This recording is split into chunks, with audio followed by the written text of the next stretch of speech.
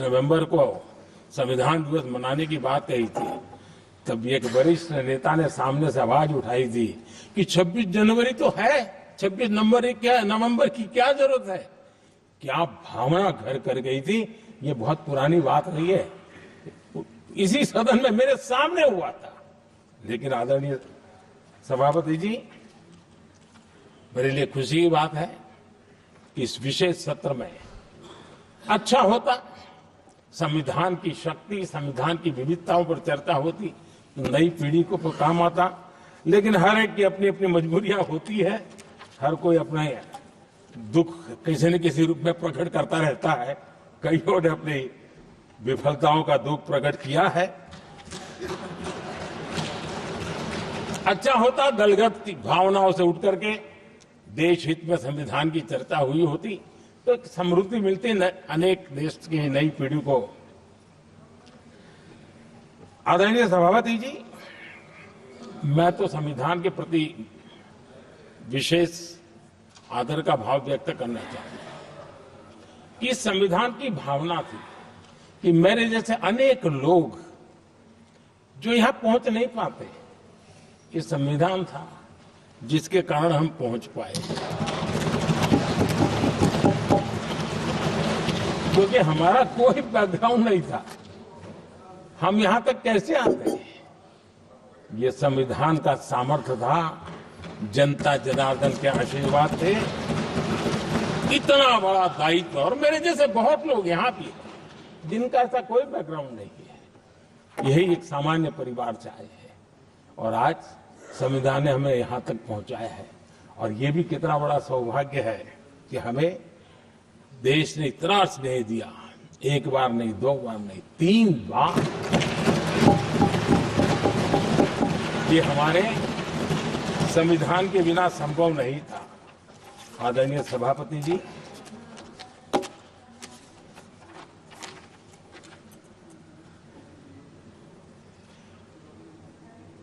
उतार चढ़ाव तो आए, कठिनाइयां भी आई, रुकावटें भी आई, लेकिन मैं फिर एक बार देश की जनता को नमन करता हूं कि देश की जनता पूरी ताकत के साथ संविधान के साथ खड़ी रही।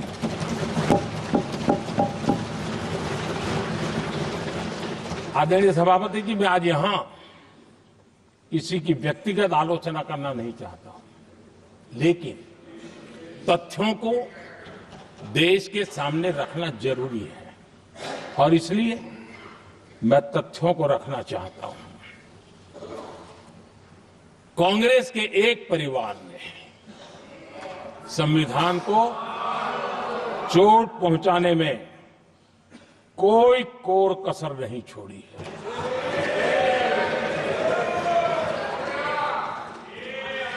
और मैं इसलिए एक परिवार का उल्लेख करता हूं कि 75 साल की हमारी यात्रा में 55 साल एक ही परिवार ने राज किया है। इसलिए देश को क्या क्या हुआ है ये जानने का अधिकार है।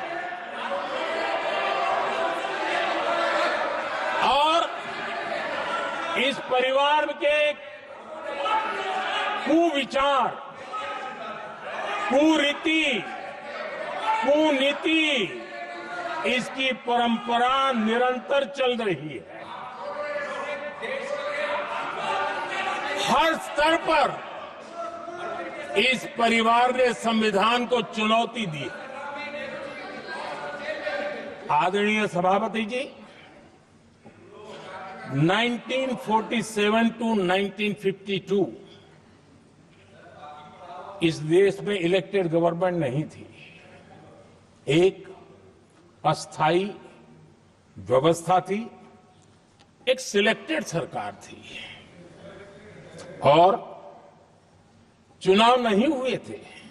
और जब तक चुनाव न हो तब तक एक इंटरिम व्यवस्था के रूप में कोई खाका खड़ा करना चाहिए, किया गया था। 1952 के पहले राज्यसभा का भी गठन नहीं हुआ था, राज्यों में भी कोई चुनाव नहीं थे। जनता का कोई आदेश नहीं था। उसके बावजूद भी, और अभी अभी तो संविधान निर्माताओं ने इतना मंथन करके संविधान बनाया था 1951 में, जबकि चुनी हुई सरकार नहीं थी। उन्होंने ऑर्डिनेंस करके संविधान को बदला और किया क्या? अभिव्यक्ति की आजादी पर हमला कर दिया गया।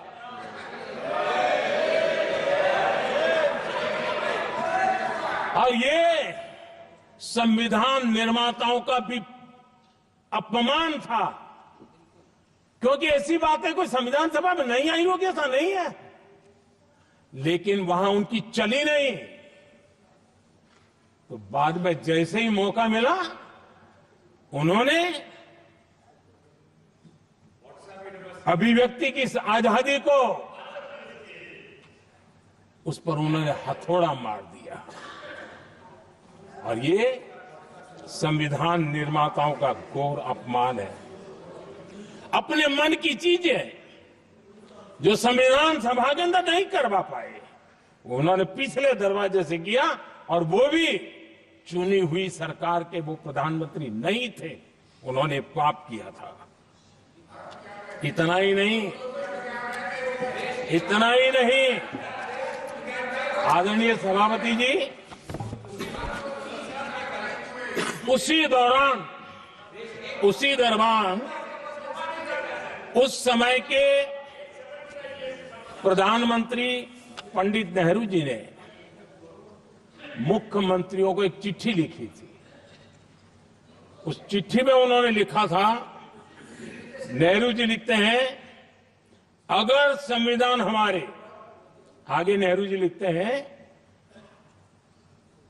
अगर संविधान हमारे रास्ते के बीच में आ जाए, ये नेहरू जी लिख रहे हैं, अगर संविधान हमारे रास्ते के बीच में आ जाए, आगे नेहरू जी कह रहे हैं, तो हर हाल में संविधान में परिवर्तन करना चाहिए। ये नेहरू जी ने मुख्यमंत्रियों को चिट्ठी लिखी।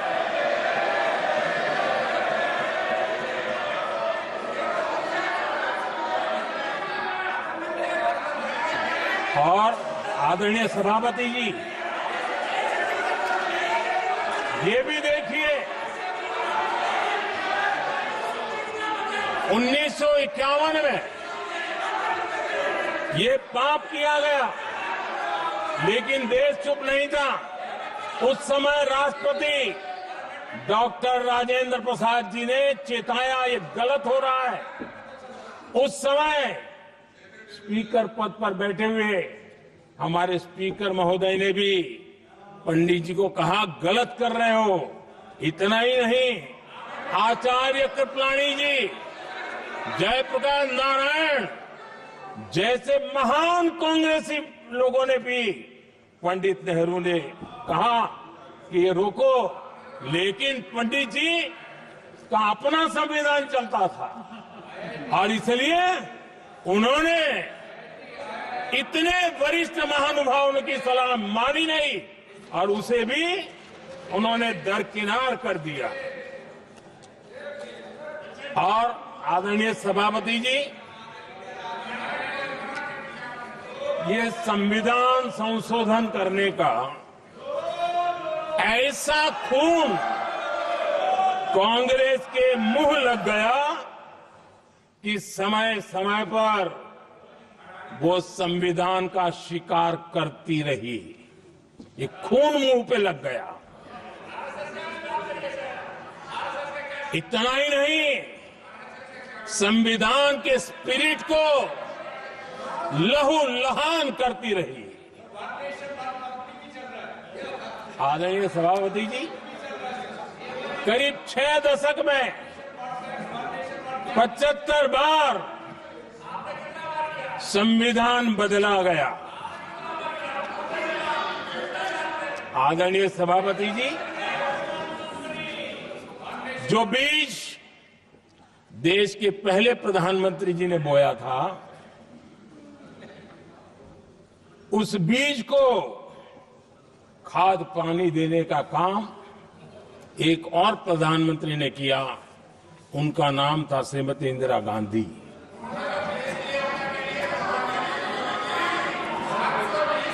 जो पाप पहले प्रधानमंत्री करके गए और जो खून लग गया था 1971 में, सुप्रीम कोर्ट का एक फैसला आया था। उस सुप्रीम कोर्ट के फैसले को संविधान बदल करके पलट दिया गया और 71 में ये संविधान संशोधन किया गया था। और क्या था, उन्होंने हमारे देश की अदालत के पंख काट दिए थे और यहां पर तो किया था कि संसद संविधान के किसी भी आर्टिकल में जो मर्जी पड़े वो कर सकती है और अदालत उसकी तरफ देख भी नहीं सकती है। अदालत के सारे अधिकारों को छीन लिया गया था। ये पाप 1971 में उस समय की प्रधानमंत्री श्रीमती इंदिरा गांधी ने किया था।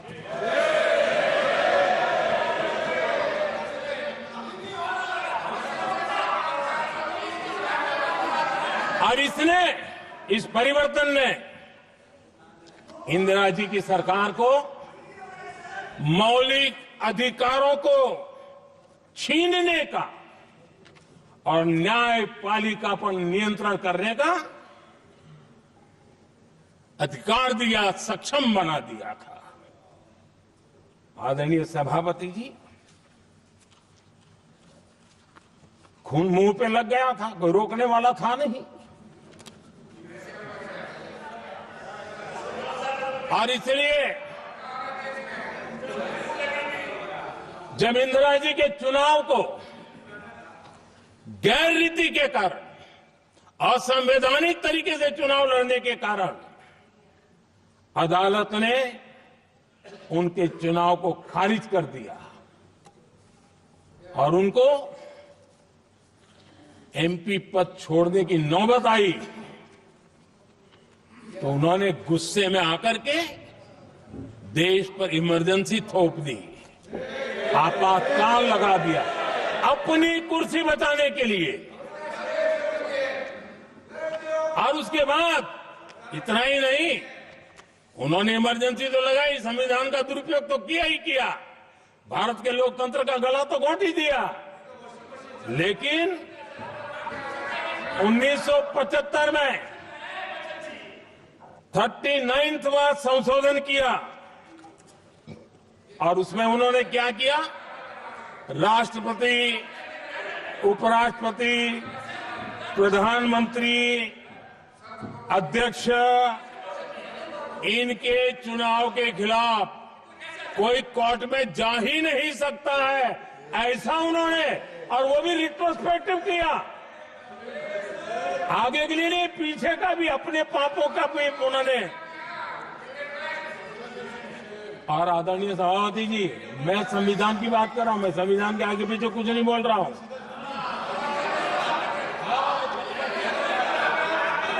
आदरणीय सभापति जी,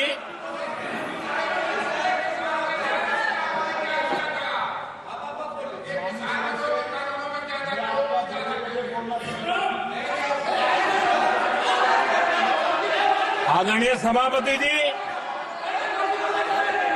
इमरजेंसी में लोगों के अधिकार छीन लिए गए, देश के हजारों लोगों को जेलों में ठूंस दिया गया, न्यायपालिका का गला दौड़ दिया गया, अखबारों की स्वतंत्रता पर ताले लगा दिए गए। इतना ही नहीं, कमिटेड जुडिशरी, इस विचार को उन्होंने पूरी ताकत दी। और इतना ही नहीं, जिस जस्टिस एच.आर. खन्ना ने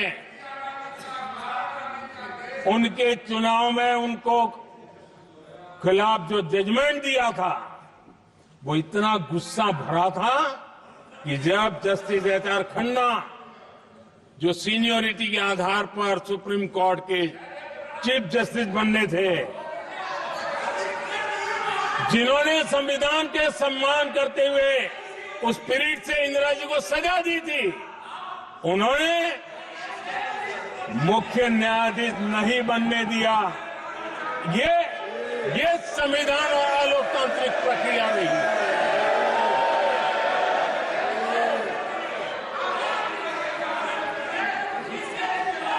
आदरणीय सभापति जी,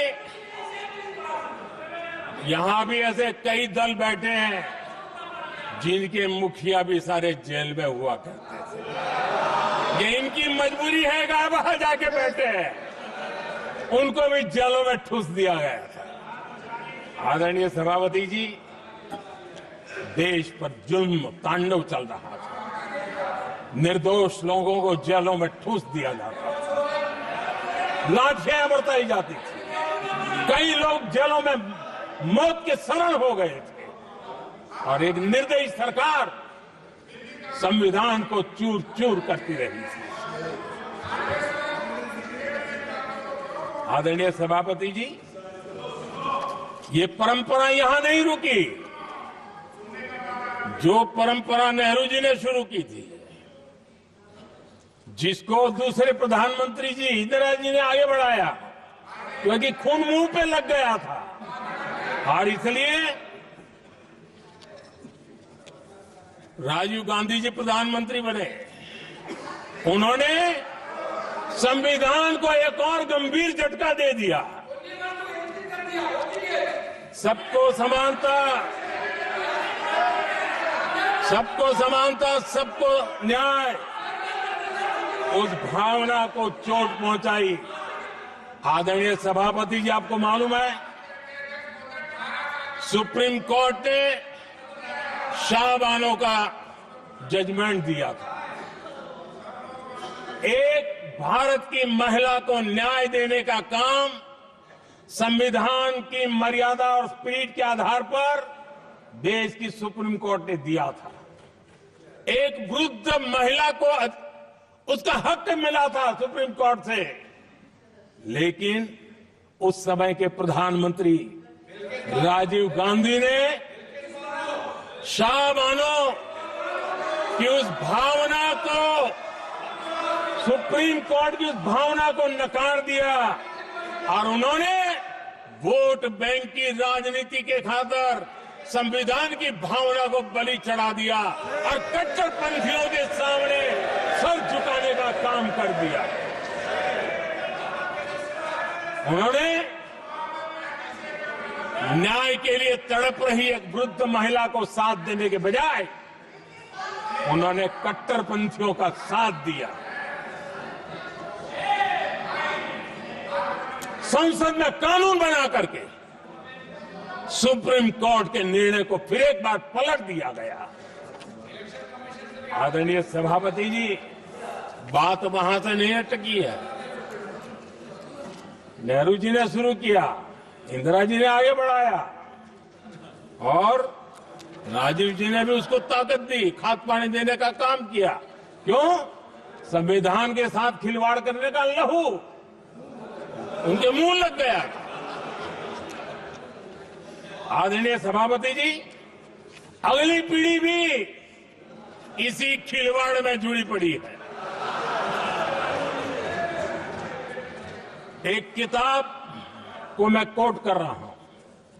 उस किताब में जो लिखा गया है, और उसमें प्रधानमंत्री उस समय के मेरे पहले जो प्रधानमंत्री थे उनको कोट किया है। उन्होंने कहा है, मुझे यह स्वीकार करना होगा कि पार्टी अध्यक्ष सत्ता का केंद्र है। ये मनमोहन सिंह जी ने कहा है, जो एक किताब में लिखा गया है। मुझे यह स्वीकार करना होगा कि पार्टी अध्यक्ष सत्ता का केंद्र है। सरकार पार्टी के प्रति जवाबदेह है। इतिहास में पहली बार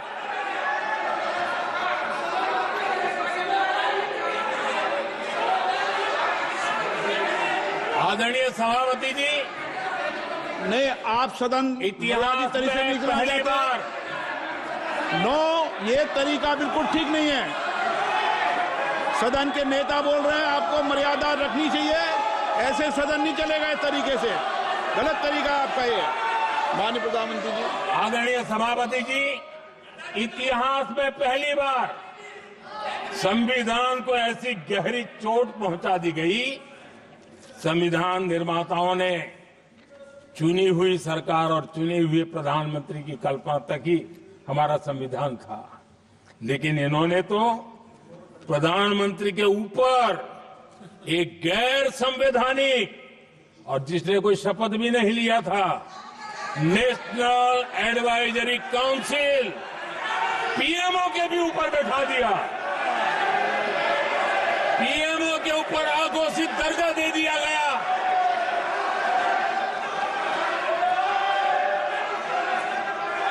आदरणीय सभापति जी, इतना ही नहीं, और एक पीढ़ी आगे चले, और उस पीढ़ी ने क्या किया? भारत के संविधान के तहत देश की जनता जनार्दन सरकार चुनती है और वो सरकार का मुखिया कैबिनेट बनाता है। ये संविधान के तहत है। इस कैबिनेट ने जो निर्णय किया, संविधान का अपमान करने वाले अहंकार से भरे लोगों ने पत्रकारों के सामने कैबिनेट के निर्णय को फाड़ दिया। संविधान को हर मौके पर संविधान के साथ खिलवाड़ करना, संविधान को न मानना, ये जिनकी आदत हो गई थी। और दुर्भाग्य देखिए, एक अहंकारी व्यक्ति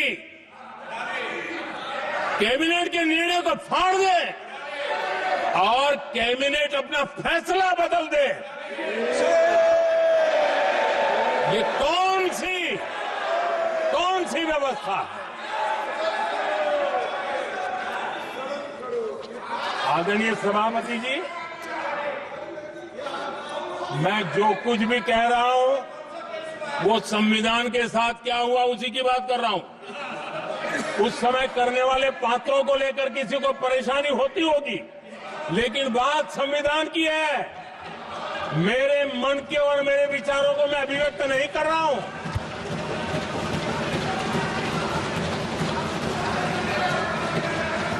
आदरणीय सभापति जी, कांग्रेस ने निरंतर संविधान की अवमानना की, संविधान के महत्व को कम किया। कांग्रेस इसके अनेक उदाहरणों से भरा पड़ा हुआ है। संविधान के साथ धोखेबाजी कैसे करते थे, संवैधानिक संस्थाओं को कैसे नहीं मानते थे, इस देश में बहुत कम लोगों को मालूम होगा। 370 की तो पता है सबको, 35A का पता बहुत कम है। संसद में आए बिना, जबकि संसद में आना पड़ता, संसद को ही अस्वीकार कर दिया गया। भारत के संविधान का अगर कोई पहला पुत्र है तो ये संसद है, उसको भी उन्होंने गला घोटने का काम किया। 35A जो संसद में लाए बिना उन्होंने देश पर थोप दिया, और अगर 35A न होता तो जम्मू कश्मीर में जो हालत पैदा हुई वो हालत पैदा न हुई होती। राष्ट्रपति के आदेश पर ये काम किया गया और देश की संसद को अंधेरे में रखा गया। आदरणीय सभापति, ये संसद का अधिकार था, कोई अपनी मनमानी से नहीं कर सकता था, लेकिन और उनके पास बहुमत था, कर सकते थे, लेकिन वो नहीं किया क्योंकि पेट में पाप था, देश की जनता से छुपाना चाहते थे। आदरणीय सभापति जी, इतना ही नहीं,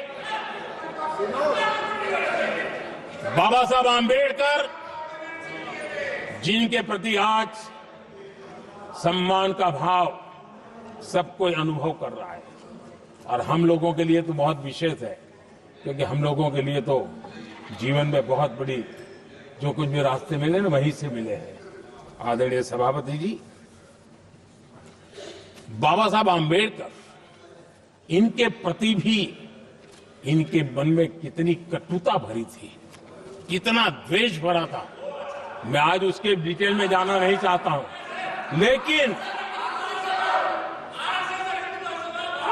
जब अटल जी की सरकार थी तब बाबा साहब आंबेडकर, उनका जो महापरिनिर्वाण भूमि है, वहां पर अलीपुर रोड पर अटल जी की सरकार में बाबा साहब आंबेडकर जी के स्मृति में एक स्मारक बनाना तय हुआ। अटल जी के समय नहीं हुआ। दुर्भाग्य देखिए, 10 वर्ष यूपीए की सरकार रही, उसने इस काम को नहीं किया, न होने दिया। बाबा साहब आंबेडकर का जब हमारी सरकार आई, बाबा साहब आंबेडकर के प्रति हमारा श्रद्धा होने के कारण हमने अलीपुर रोड पर बाबा साहब मेमोरियल बनाया और उसका काम किया।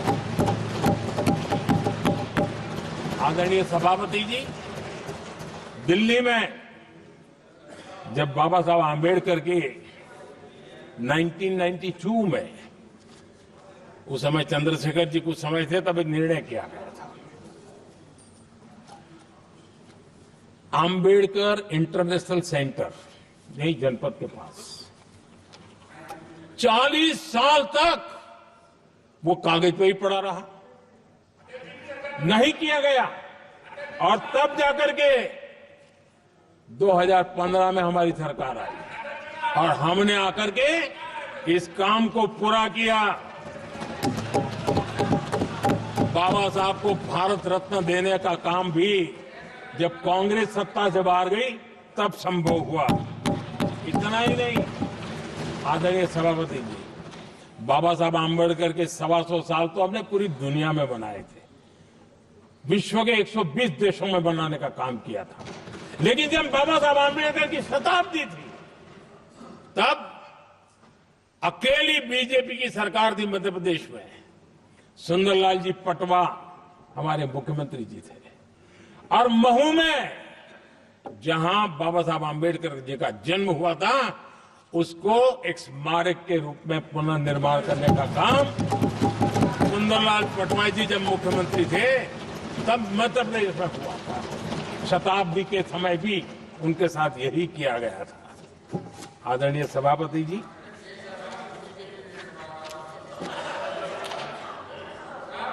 हमारे देश में बाबा साहब आंबेडकर एक दीर्घदृष्टा थे। समाज के दबे कुचले लोगों को मुख्य धारा में लाने के लिए वो प्रतिबद्ध थे, और एक लंबे सोच के साथ भारत को अगर विकसित होना है तो भारत का कोई अंग दुर्बल नहीं रहना चाहिए, ये चिंता बाबा साहब को सताती थी। और तब जाकर के हमारे देश में आरक्षण की व्यवस्था बनी। लेकिन वोट बैंक की राजनीति में खुपे हुए लोगों ने, डूबे हुए लोगों ने धर्म के आधार पर, तुष्टीकरण के नाम पर आरक्षण के अंदर कुछ न कुछ नुक्सेदेनी करने का प्रयास किया, और इसका सबसे बड़ा नुकसान एससी, एसटी और ओबीसी समाज को हुआ है। आदरणीय सभापति जी, आरक्षण की कथा बहुत लंबी है। नेहरू जी से लेकर के राजीव गांधी तक कांग्रेस के प्रधानमंत्रियों ने आरक्षण का घोर विरोध किया है। हिस्ट्री कह रही है, आरक्षण के विरोध में लंबी लंबी चिट्ठियां स्वयं नेहरू जी ने लिखी है, मुख्यमंत्रियों को लिखी है। इतना ही नहीं, सदन में आरक्षण के खिलाफ लंबे लंबे भाषण इन लोगों ने किए हैं। बाबा साहब आंबेडकर समता के लिए और भारत में संतुलित विकास के लिए आरक्षण के लेकर के आए, उन्होंने उसके खिलाफ भी झंडा ऊंचा किया हुआ था। दशकों तक मंडल कमीशन के रिपोर्ट को डिब्बे में डाल दिया था। जब कांग्रेस को देश ने हटाया, जब कांग्रेस गई, तब जाकर के ओबीसी को आरक्षण मिला। तब तक ओबीसी को आरक्षण नहीं मिला।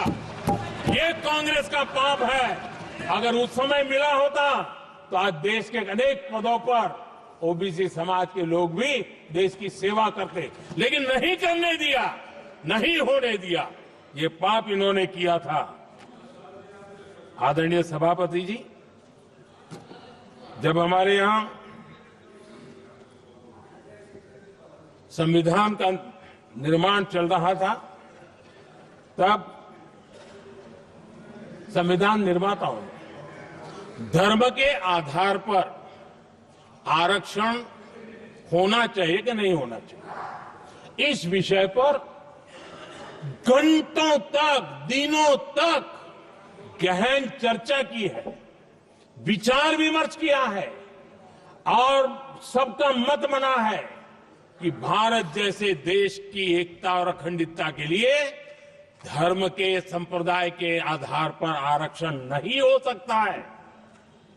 सुविचारित मत था, ऐसा नहीं कि भूल गए थे, रह गया था। सोच विचार कर तय किया गया था कि भारत की एकता और अखंडता के लिए संप्रदाय और धर्म के आधार पर यह नहीं होगा।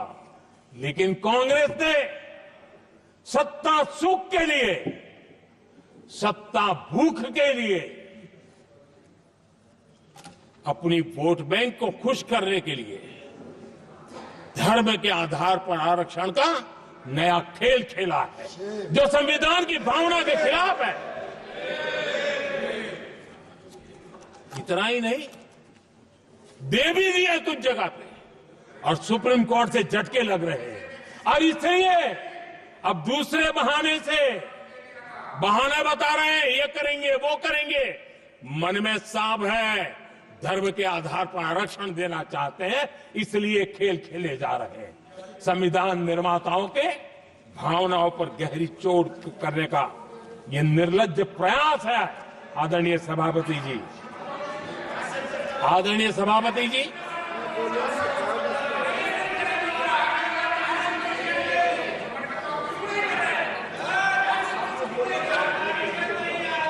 आदरणीय सभापति जी, एक गलत और विषय, ये तरीका ठीक नहीं। आपके नेता ने बोला, आपने बोला दोबारा बात मत करो। जिसकी भी मैं चर्चा करना चाहता हूं, और वो ज्वलंत विषय समान नागरिक संहिता, यूनिफॉर्म सिविल कोड। ये विषय भी संविधान सभा के ध्यान बाहर नहीं था। संविधान सभा ने यूनिफॉर्म सिविल कोड को लेकर के लंबी चर्चा की, गहन चर्चा की, और उन्होंने बहस के बाद निर्णय किया कि अच्छा होगा कि जो भी सरकार चुन करके आए वो उसका निर्णय करे और देश में यूनिफॉर्म सिविल कोड लागू करे। ये संविधान सभा का आदेश था। और बाबा साहब आंबेडकर ने कहा था, जो लोग संविधान को समझते नहीं है, देश को समझते नहीं है, सत्ता भूख सेवा कुछ पढ़ा नहीं है, उनको पता नहीं है बाबा साहब ने क्या कहा था। बाबा साहब ने कहा था, धार्मिक आधार पर बने, ये मैं बाबा साहब की बात कर रहा हूं, इतना वीडियो कट करके घुमाना मत। आदरणीय सभापति जी, बाबा साहब ने कहा था, धार्मिक आधार पर बने पर्सनल लॉ को खत्म करने की बाबा साहब ने जोरदार वकालत की थी। उस समय के सदस्य के.एम. मुंशी जी ने कहा था, समान नागरिक संहिता को राष्ट्र की एकता और आधुनिकता के लिए अनिवार्य बताया था। कमा मुंशी जी सुप्रीम कोर्ट ने भी कई बार कहा है कि देश में यूनिफॉर्म सिविल कोड जल्द से जल्द लाना चाहिए। सरकारों को आदेश दिए हैं सुप्रीम कोर्ट ने, को ध्यान में रखते हुए, संविधान निर्माताओं की भावनाओं को ध्यान में रखते हुए हम पूरी ताकत से लगे हुए हैं सेक्युलर सिविल कोड के लिए। और आज कांग्रेस के लोग संविधान निर्माताओं की भावना का भी, सुप्रीम कोर्ट की भावना का भी अनादर कर रहे हैं, क्योंकि उनकी राजनीति को सूट नहीं करता है। उनके लिए संविधान वो पवित्र ग्रंथ नहीं है, उनके लिए एक हथियार है राजनीति का। खेल खेलने का हथियार बना दिया, लोगों को डराने के लिए संविधान को हथियार बनाया जाता है। आदरणीय सभापति जी, और ये कांग्रेस पार्टी, उनको तो संविधान शब्द भी उनके मुंह में शोभा नहीं देता है। इसलिए जो अपनी पार्टी के संविधान को नहीं मानते हैं, जिन्होंने अपनी पार्टी के संविधान को कभी स्वीकार नहीं किया है, क्योंकि संविधान को स्वीकार करने के लिए एक लोकतांत्रिक स्पिरिट लगता है, जो जिनकी रगों में नहीं है। सत्तावाद और परिवारवाद भरा पड़ा है। अब आप देखिए जो कैसी शुरुआती कितनी गड़बड़ हुई है। मैं कांग्रेस की बात कर रहा हूं। 12 कांग्रेस की प्रदेश की कमेटियों ने, 12 प्रदेश कमेटियों ने सरदार पटेल के नाम पर सहमति दी थी। नेहरू जी के साथ एक भी कमेटी नहीं थी, नॉट अ सिंगल। संविधान के तहत सरदार साहब ही देश के प्रधानमंत्री बनते हैं, लेकिन लोकतंत्र में श्रद्धा नहीं, खुद के संविधान पर विश्वास नहीं, खुद के ही संविधान को स्वीकारना नहीं, और सरदार साहब देश के प्रधानमंत्री नहीं बन सके और ये बैठ गए। जो लोग अपनी पार्टी के संविधान को, जो लोग अपनी पार्टी के संविधान को नहीं मानते, वो कैसे देश के संविधान को स्वीकार कर सकते हैं।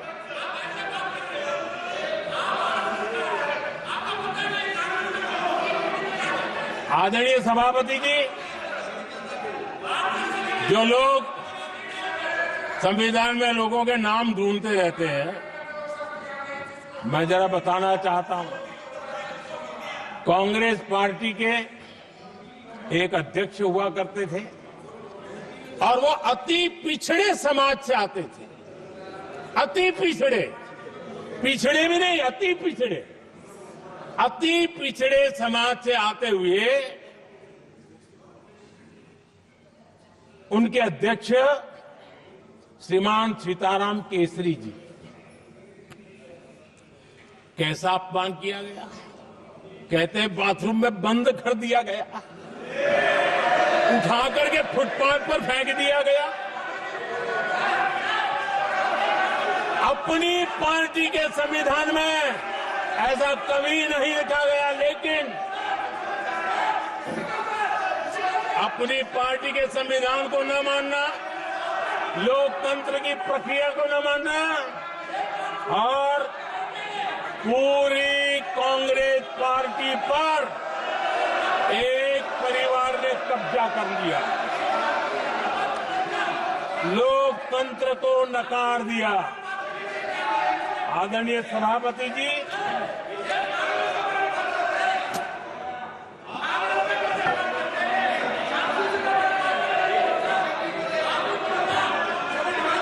तो आपके सदस्यों ने क्या क्या बोला था, ठीक नहीं है। आप जब सदन के नेता बोल रहे हैं तो सदन की मर्यादा को रखो, अच्छी परंपरा को बनाओ। संविधान के साथ खिलवाड़ करना, संविधान के स्पिरिट को तहस नहस करना, ये कांग्रेस की रगों में रहा है। हमारे लिए संविधान, उसकी पवित्रता, उसकी शुचिता हमारे लिए सर्वोपरि है।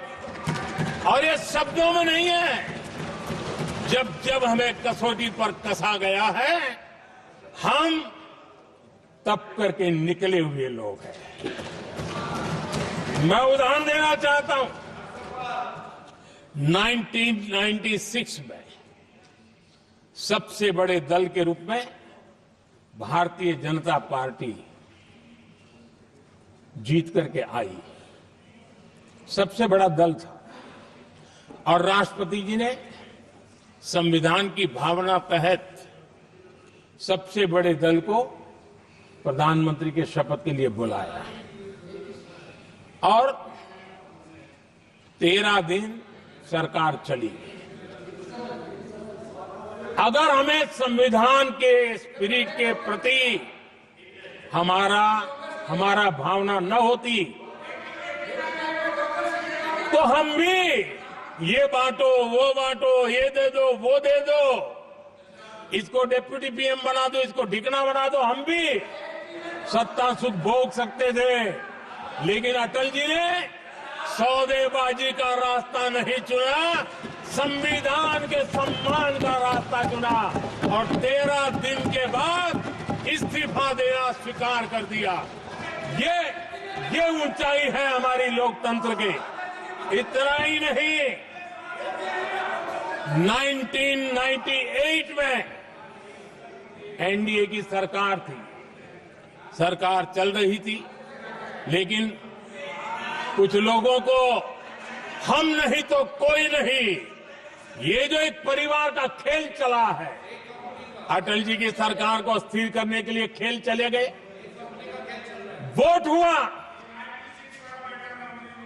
खरीद फरोख्त तब भी हो सकती थी, बाजार में माल तब भी बिकता था, लेकिन संविधान की भावना के प्रति समर्पित अटल बिहारी वाजपेयी जी की सरकार ने एक वोट से हारना पसंद किया, इस्तीफा दिया, लेकिन असंवैधानिक कोई कृत्य नहीं किया। ये हमारा इतिहास है, ये हमारे संस्कार है, ये हमारी परंपरा है। और दूसरी तरफ अदालत ने भी जिस पर थप्पा मार दिया,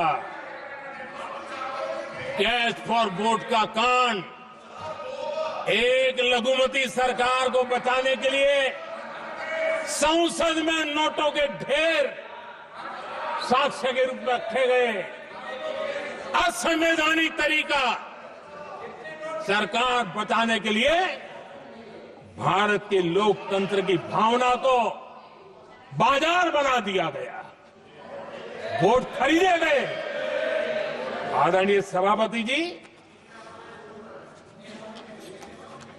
90 के दशक में कई सांसदों को रिश्वत देने का पाप, यह संविधान की भावना थी कि 140 करोड़ वासियों के मन में जो लोकतंत्र पनपा है, उस लोकतंत्र के साथ यह खिलवाड़।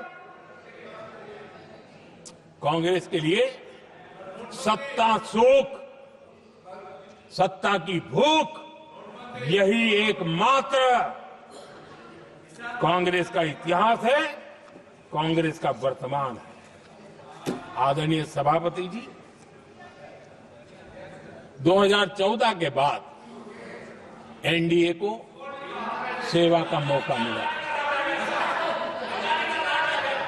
संविधान और लोकतंत्र को मजबूती मिली। ये पुरानी जो बीमारियों थी, उस बीमारी से मुक्ति का हमने एक अभियान चलाया। बीते 10 साल यहां से पूछा गया, हमने भी संविधान संशोधन किए। जी हां, हमने भी संविधान संशोधन किए हैं, देश की एकता के लिए, देश की अखंडता के लिए, देश के उज्जवल भविष्य के लिए। और संविधान की भावना के प्रति पूर्ण समर्पण के साथ किए हैं। हमने संविधान संशोधन किया, क्यों किया? इस देश का ओबीसी समाज तीन दशक से ओबीसी कमीशन को संवैधानिक दर्जा देने के लिए मांग कर रहा है। ओबीसी के सम्मान के लिए, उसको संवैधानिक दर्जा देने के लिए हमने संविधान संशोधन किया है। हमें गर्व है ये करने का। समाज के दबे कुचले लोगों को उनके साथ खड़े होना, ये हम अपना कर्तव्य मानते हैं, इसलिए संविधान संशोधन किया। आदरणीय सभापति जी, इस देश में एक बहुत बड़ा वर्ग था, वो किसी भी जाति में क्यों न जन्मा हो, लेकिन गरीबी के कारण अवसरों को वो पा नहीं सकता था, आगे बढ़ नहीं सकता था। और इसलिए उसने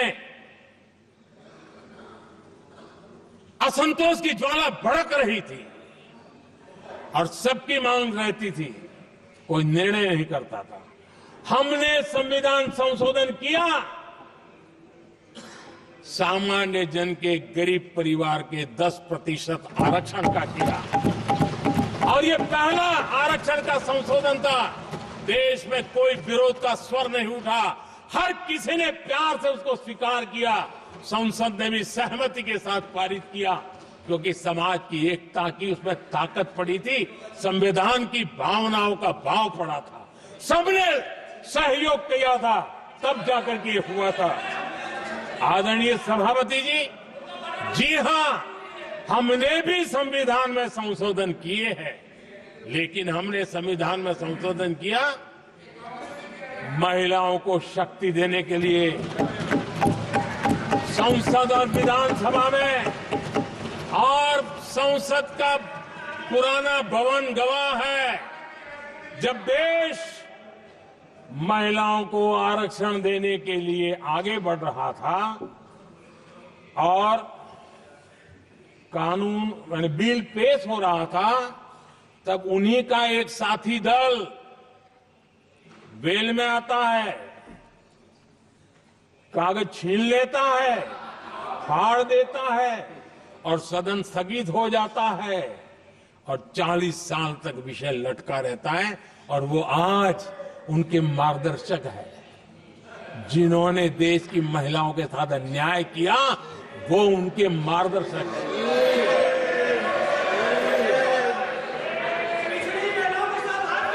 आदरणीय सभापति जी, हमने संविधान संशोधन किया, हमने देश की एकता के लिए किया। बाबा साहब आंबेडकर का संविधान 370 की दीवार के कारण जम्मू कश्मीर की तरफ देख भी नहीं सकता था। हम चाहते थे बाबा साहब आंबेडकर का संविधान हिंदुस्तान के हर हिस्से में लगना चाहिए, और इसलिए बाबा साहब को श्रद्धांजलि भी देनी थी, देश की एकता को मजबूत करना था। हमने संविधान संशोधन किया, डंके की चोट पर किया और 370 को हटाया, और भारत की सुप्रीम कोर्ट ने भी अब तो उसको मोहर लगा दी है। आदरणीय सभापति जी, हमने 370 का हटाने के लिए संशोधन किया। हमने ऐसे कानून भी बनाए। जब देश का विभाजन हुआ, महात्मा गांधी समेत देश के वरिष्ठ नेताओं ने सार्वजनिक रूप से कहा था कि पड़ोस के जो हमारे देश हैं, जहां जो माइनॉरिटीज है, वो जब भी संकट में आएगी तो उनकी चिंता ये देश करेगा। गांधी जी ने का वचन था, जो उनके नाम पर सत्ता पर चढ़ जाते थे उन्होंने तो पूरा नहीं किया, हमने सीएए ला करके उसको पूरा किया। वो कानून हमने लाया, हमने किया है, और गर्व के साथ आज भी हम उसको ओन कर रहे हैं।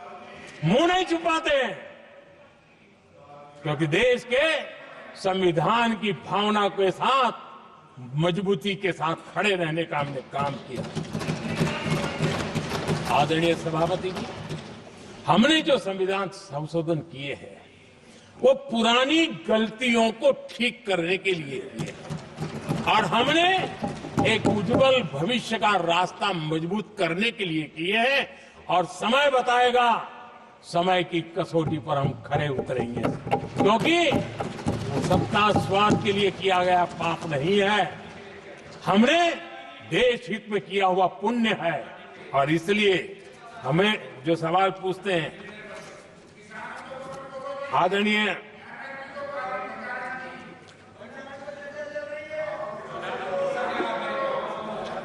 सभापति जी, यहां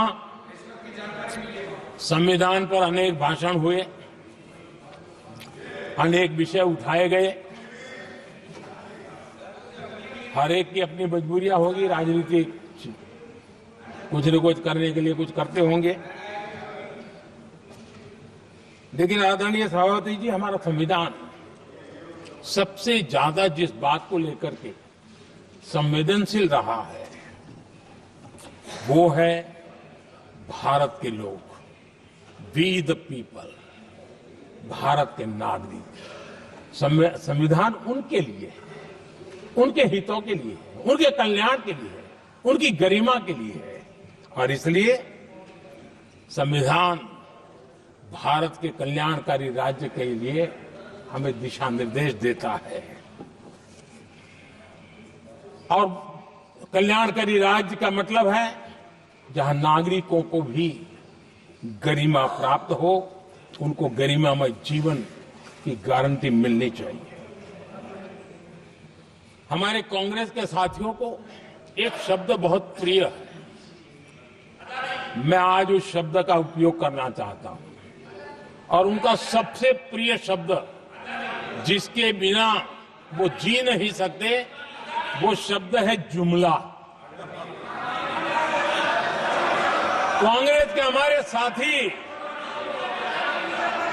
उनको दिन रात जुमला, लेकिन इस देश को पता है हिंदुस्तान में अगर सबसे बड़ा जुमला कोई था और वो 4 पीढ़ी ने चलाया, वो जुमला था गरीबी हटाओ। ये ऐसा जुमला था, ये गरीबी हटाओ ऐसा जुमला था, उनकी राजनीति की रोटी तो सिकती थी लेकिन गरीब का